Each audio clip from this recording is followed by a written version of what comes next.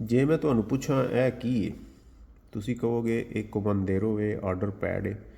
ਔਰ ਤੁਸੀਂ ਬਿਲਕੁਲ ਠੀਕ ਹੋ ਸਰ, ਇਹ ਕਮਾਂਦੇਰੋ ਹੈ, ਆਰਡਰ ਪੈਡ ਹੈ। ਲੇਕਿਨ ਇਹ ਕਮਾਂਦੇਰੋ ਜਾਂ ਆਰਡਰ ਪੈਡ ਤੋਂ ਇੱਕ ਹੱਥ ਅੱਗੇ ਦੀ ਚੀਜ਼ ਹੈ। ਜ਼ਰਾ ਠਹਿਰ ਜੋ, ਜ਼ਰਾ ਇਹਨੂੰ ਚੈੱਕ ਕਰਨੇ ਆ। ਕਮਾਰੇਰੋਸ ਅਤੇ ਰੈਸਟੋਰੈਂਟ ਓਨਰਸ ਜ਼ਰਾ ਧਿਆਨ ਰੱਖਿਆ ਜੇ। ਇਹ ਆ ਗਿਆ ਜਨਾਬੇ ਵਾਲੀ, ਅਸੀਂ ਇੱਕ ਟੇਬਲ 'ਚ ਐਂਟਰ ਹੋ ਗਿਆ। ਇੱਕ ਪਿੱਜ਼ਾ ਮਿਕਸ ਦਾ ਸੋਲੋ ਕਾਰਨੇ ਐਡ ਕਰ ਲਿਆ ਜੀ। ਔਰ ਗਾਹਕ ਕਹਿੰਦਾ ਹੈ ਕਿ ਹਾਂਜੀ ਕਿੰਨੇ ਪੈਸੇ ਹੋਏ ਨੇ, ਠੀਕ ਹੈ ਜੀ। ਤੁਸੀਂ ਉਹਨੂੰ ਕਹਿੰਦੇ ਹੋ ਜੀ 7 ਯੂਰੋ ਹੋਏ ਨੇ। ਹੁਣ ਅੱਜ ਕੱਲ੍ਹ ਸਾਰੀ ਦੁਨੀਆ ਨੇ ਤੁਹਾਨੂੰ ਪਤਾ ਪੈਸੇ ਦੇਣੇ ਤਾਂ ਕਾਰਡ ਨਾਲ ਹੀ ਹੁੰਦੇ ਨੇ, ਠੀਕ ਹੈ ਜੀ।